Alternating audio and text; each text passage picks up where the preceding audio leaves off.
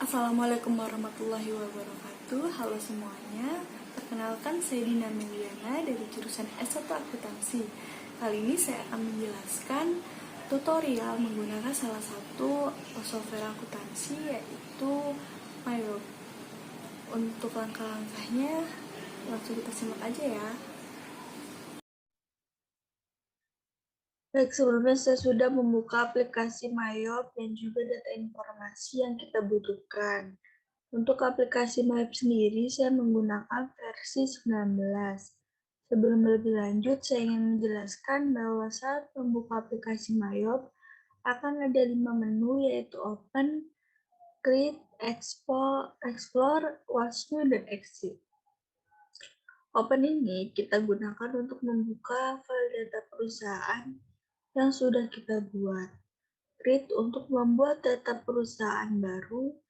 Explore untuk melihat data sampel perusahaan yang sudah disediakan oleh MyOp.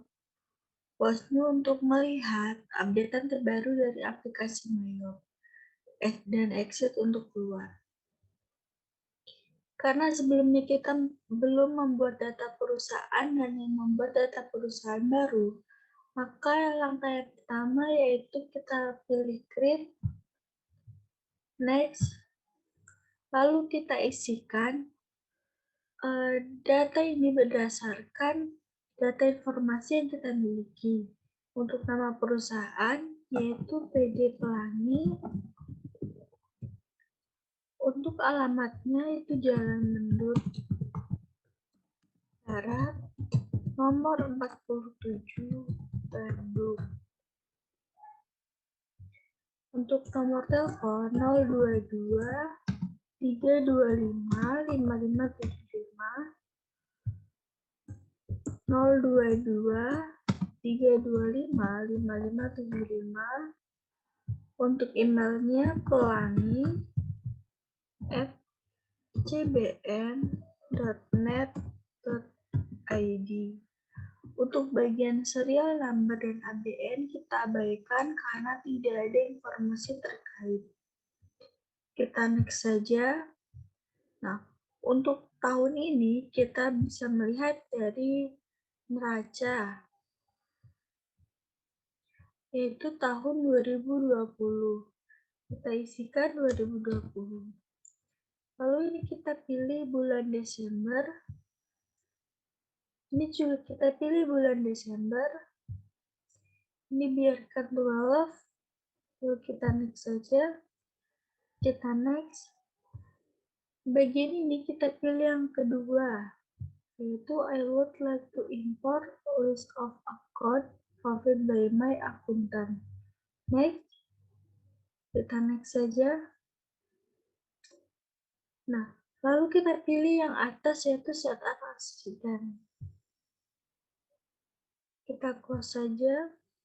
Nah, seharusnya setelah membuat data perusahaan, kita melink pajak, melink akun, lalu baru membuat nama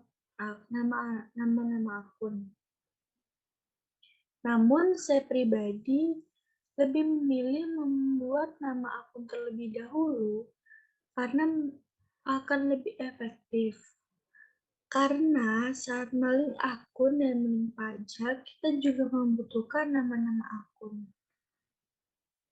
Langsung saja kita membuat nama akun terlebih dahulu, yaitu kita klik account list, lalu kita klik new.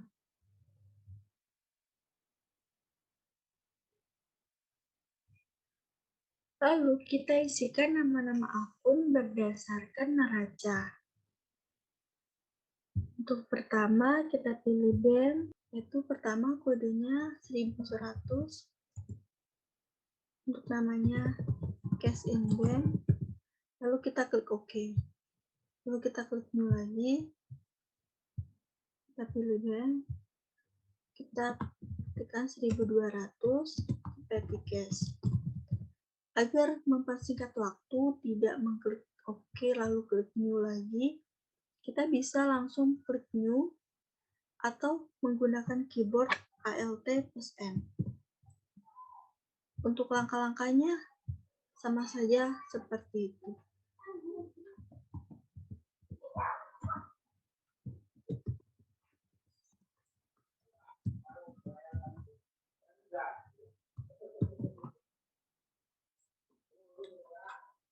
Poin penting yang harus kita tahu saat membuat nama akun, kita harus tahu terlebih dahulu apakah akun tersebut termasuk dalam aset, atau liabilitas, atau beban, atau yang lainnya.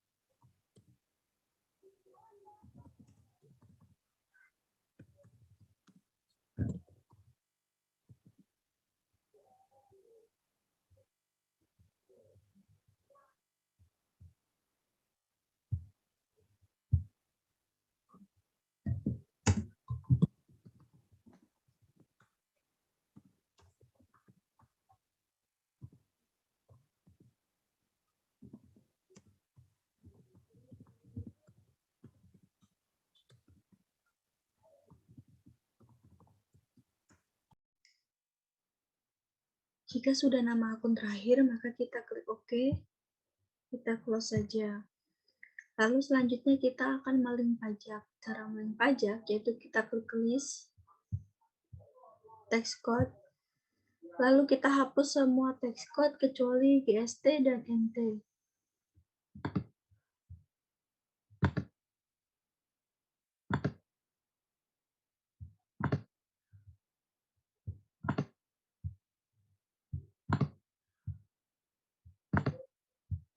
Lalu kita edit dengan cara klik panah.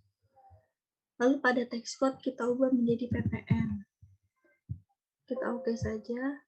Untuk bagian deskripsi kita ubah menjadi pajak pertambahan nilai.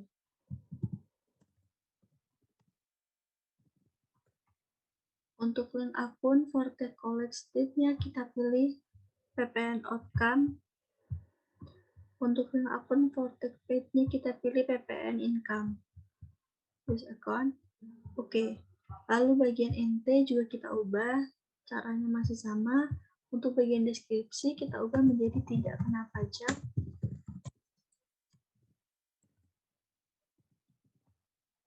Untuk ini juga sama, kita pilih yang ppn outcome. Terus untuk yang bawahnya kita pilih ppn income. Lalu oke. Jika sudah, kita close saja. Selanjutnya kita melink account. Kita pilih setup, link account, lalu kita pilih yang pertama itu account banking account. Lalu yang kita ubah hanya bagian yang akhir, yaitu bank account for undeposited fund. Kita ubah menjadi cash in bank. Kita yes saja. Untuk melink akun sales account juga sama, kita pilih setup, link account, lalu kita pilih sales account. Nah, bagian atas, yang bagian asset account, kita ubah menjadi akun receivable. Untuk bawah, untuk bank account-nya kita pilih cash in bank. Untuk melink akun purchase juga sama, kita klik setup, link account, dan purchase account. Untuk bagian dia, pilih di account, kita pilih akun payable. Untuk bagian bank account-nya kita pilih cash in bank.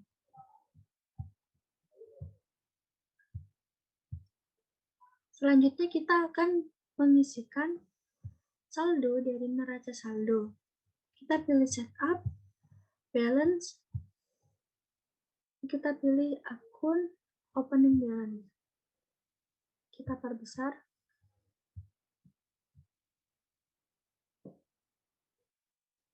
Lalu kita masukkan nominal dari data informasi yang kita miliki di neraca ini. Poin penting yang harus kita tahu saat mengisikan saldo normal pada neraca saldo, yaitu kita harus tahu saldo normal akun tersebut. Jika pada neraca berada di kolom saldo normal, maka kita bisa langsung mengisikan nominalnya. Namun, jika tidak berada pada kolom saldo normal, maka kita harus menambahkan min sebelum memasukkan angkanya.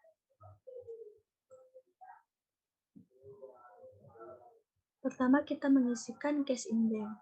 Cash in bank berada pada aset yang memiliki saldo normal debit.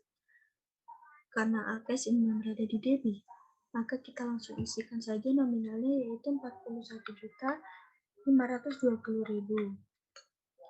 Untuk petty cash juga sama saja, berada di saldo normal, yaitu 9.800.000. Untuk akun receivable 85.800.000. Nah, untuk bagian allowance ini, seperti yang saya bilang sebelumnya, karena dia masuk bagian aset yang memiliki saldo normal debit, namun dalam neraca berada di kredit, maka kita harus menambahkan min sebelum memasukkan nominalnya, yaitu min 11.800.000. Untuk langkah selanjutnya sama saja.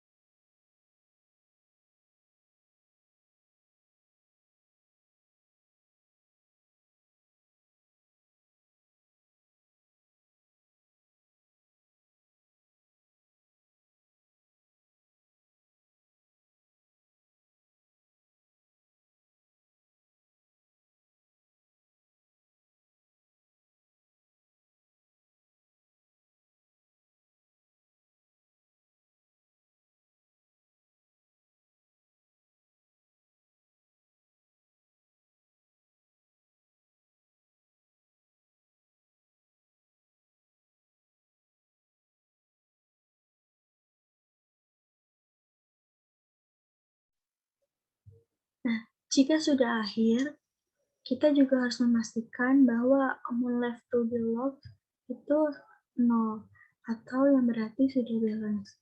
Jika sudah balance, kita klik OK. Lalu selanjutnya kita membuat daftar pelanggan. Caranya yaitu kita klik card file, card list, lalu kita pilih customer, lalu kita new. Lalu kita masukkan nama customer. Yang pertama yaitu Tekno Komputer.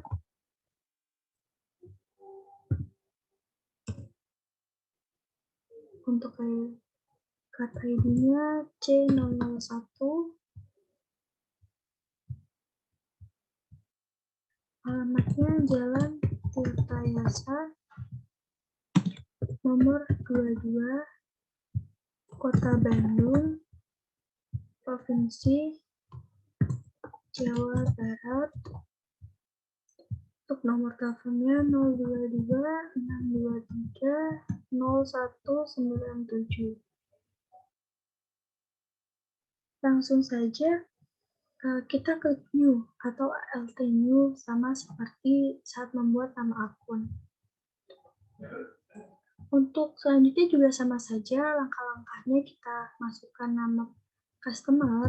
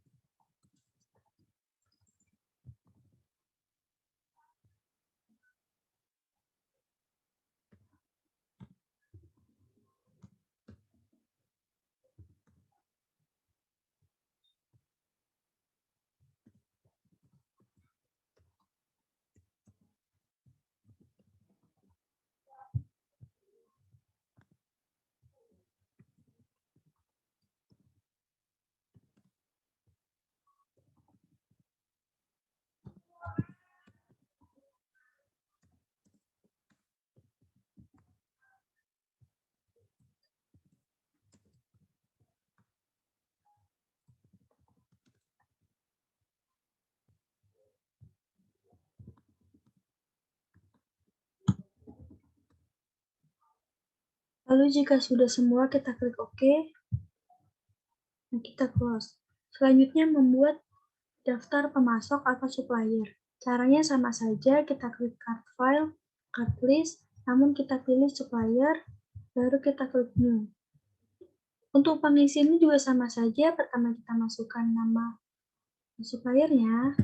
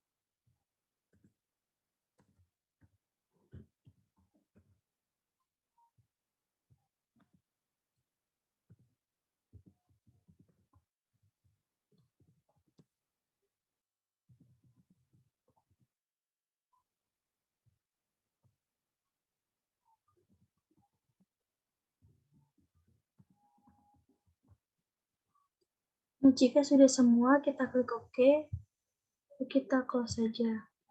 Lalu selanjutnya membuat buku besar pembantu piutang dengan cara kita klik setup, balance, kita pilih customer balance, lalu kita klik add cell.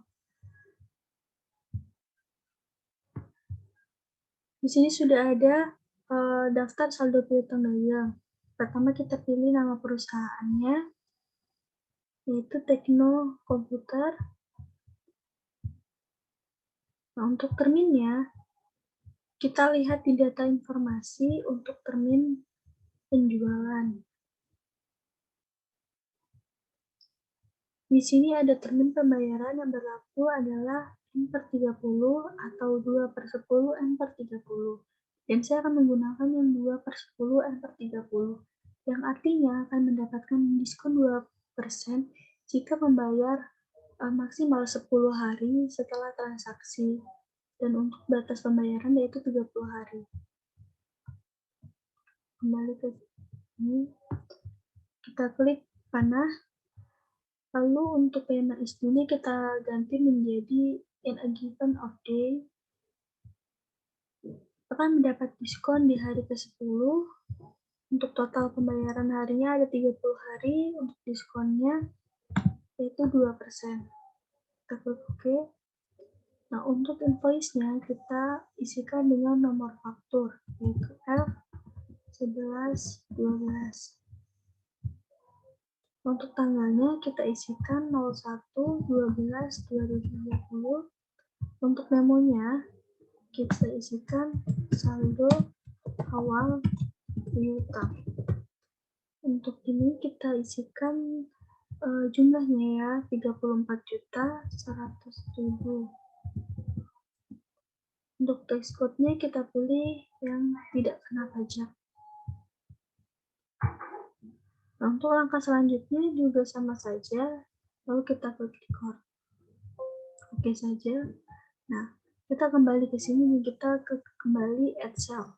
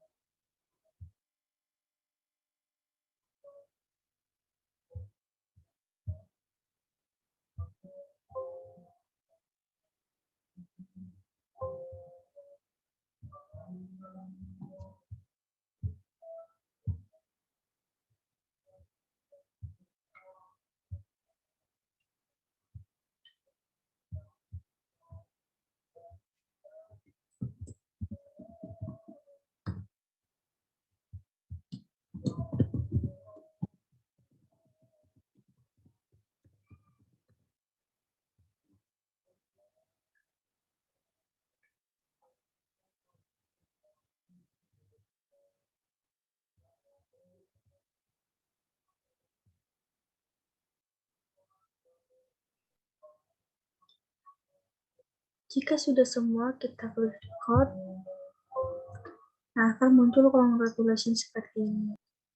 Selanjutnya, kita membuat buku besar pembantu utang dengan cara klik setup, balance, supplier balance. Kita seperti tadi, ini sama saja, purchase. Kita pilih perusahaan atau suppliernya.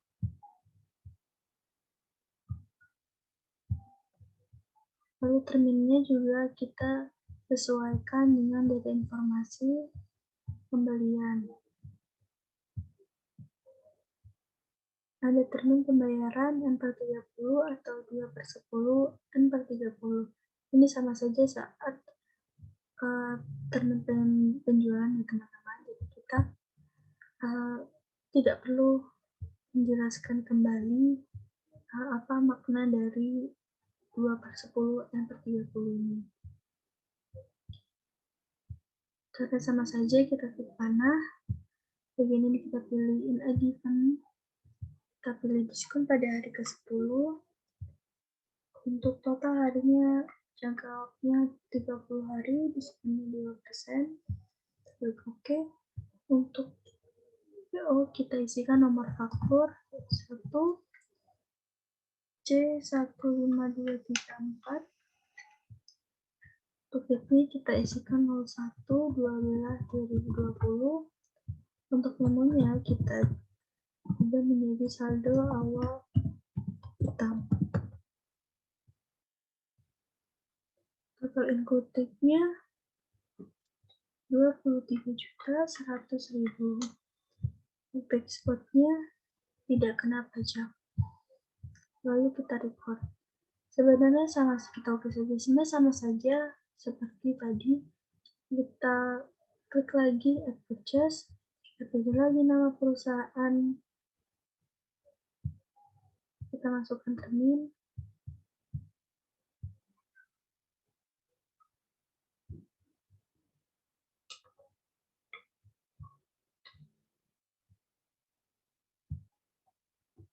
masukkan nomor faktur,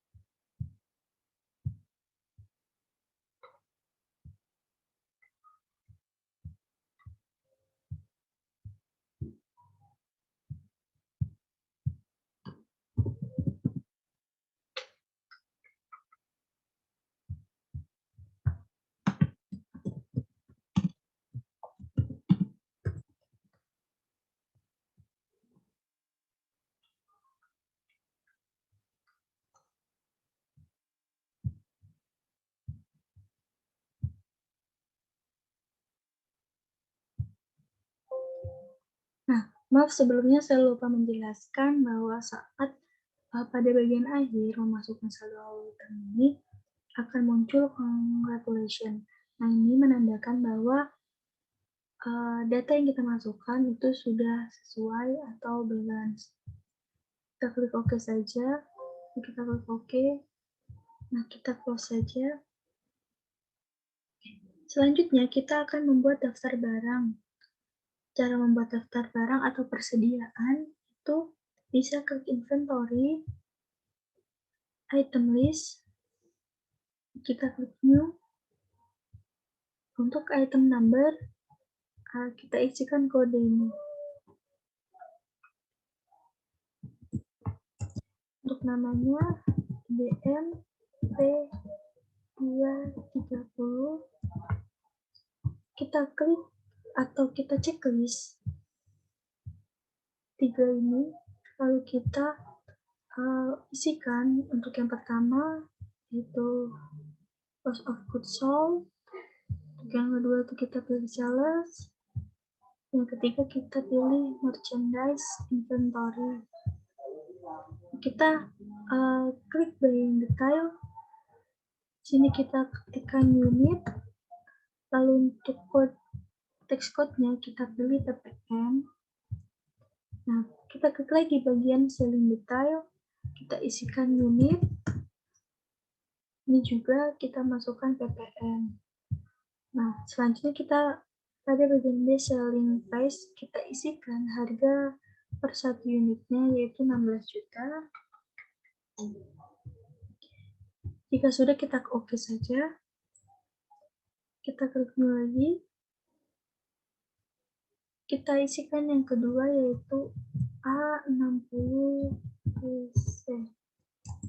Hasil P60. Kita cek lagi. Nah, untuk yang kedua ini sudah otomatis. Bagian buying detail juga sudah ada.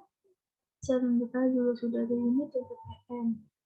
Namun pada bagian base selling price kita ubah sesuai dengan harga per satu unitnya itu 12.800.000.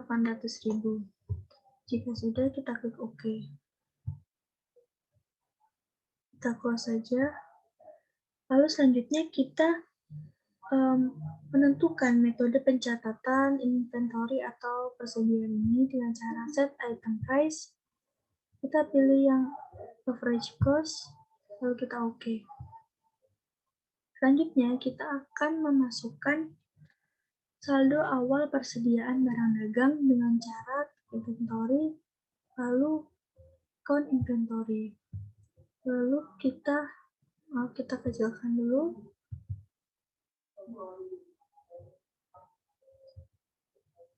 Bagian count ini kita masukkan sesuai quantity. Pertama 20 unit, lalu yang kedua ada 16 unit, lalu kita klik adjust inventory. Nah, bagian ini kita pilih merchandise inventory, continue, opening balance. Untuk date-nya kita isikan tanggal 1 bulan 12 atau Desember 2020. Lalu kita masukkan juga unit cost-nya yaitu 16 juta dan 12.500.000. Lalu kita klik record. Nah, selanjutnya kita akan mengecek kebenaran data web perusahaan ini. Apakah ada data yang salah? Dengan cara klik account, company data auditor, kita next saja.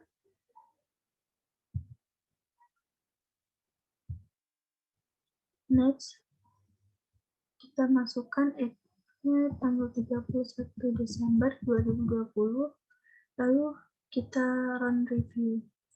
Nah, jika sudah checklist hijau semua, berarti sudah tidak ada kesalahan.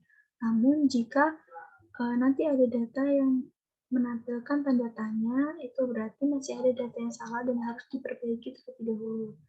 Lalu kita next, kita run review lagi. Nah, ini juga sama, sudah checklist semua. Lalu kita pilih finish. Apakah ini untuk mengeprint, apakah akan mau di-print atau tidak? Karena kita tidak akan mencetak atau mengeprint, kita klik no. Nah, untuk materi kali ini sudah selesai. Setelah itu kita langsung keluar saja dari aplikasi Mayop dengan cara klik file, lalu kita klik exit, lalu no aja karena ini akan membuat pilihan apakah kita akan memprint atau tidak. Lalu untuk membackup kita pilih yes. Untuk bagian pertama kita pilih yang kedua yaitu backup company file.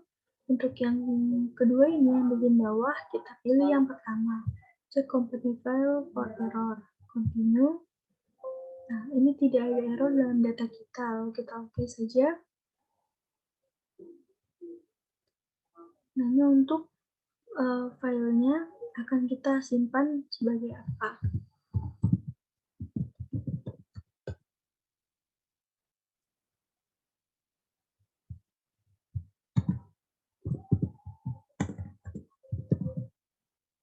Kita simpan, nah akan otomatis keluar. Yuk kita close saja. Terima kasih untuk semua yang sudah menyaksikan dan menyimak tutorial yang saya buat.